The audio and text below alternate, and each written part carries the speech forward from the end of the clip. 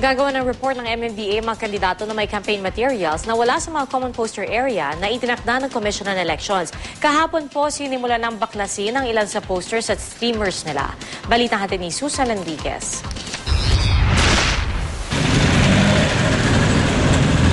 Naming dikit-dikit at halos patong-patong na ang mga streamer at poster ng maraming lokal na kandidato sa kanto ng Mayon at NS Amoranto Street sa Laloma, Quezon City.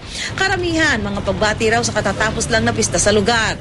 Kaya naman pinagbabakla sa mga ito ng mga tauhan ng MMDA. Ito po, sumobra naman po talaga yung lagay nila, pati doon sa mga pinagbabawal na lugar, yung mga electric wires, lamp post, telephone post, lahat na po, pati yung mga signalized na natakpan na rin po. Matapos ang unang bugso ng pagbabaklas, umaliwalas na ang lugar. Kitang-kita na ang mga traffic light. Gayon din ang mga poste at kable ng kuryente na natatakpan. Sabit-sabit yung marami maduming tignan. Nakakaistorbo sa daanan ng sasakyan at gawa ng nasa tapat pa ng stoplight.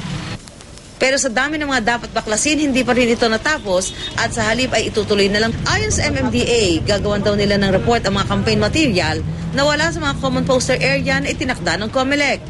Dahil sa pagkakalam ko, marami po silang nilabag ng ordinansa, lalong-lalo na po ng Quezon City. Meron po talagang nandun po sa kanto ng Mayon at Del Monte, nakita ko na talagang mali na po pinagbabawal nila dito sa Quezon City. Susan Enriquez, GMA News.